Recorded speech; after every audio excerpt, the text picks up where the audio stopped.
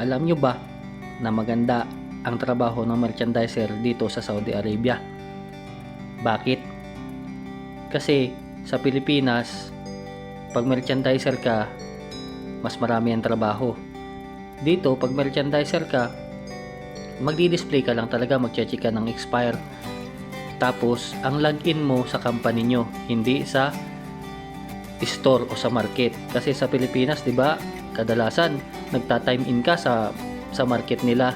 Hindi. So, ang may responsibilidad sa iyo lagi is yung company mo. So ako, ginawa ko lang diyan, tinulungan ko yung driver ko na magbaba.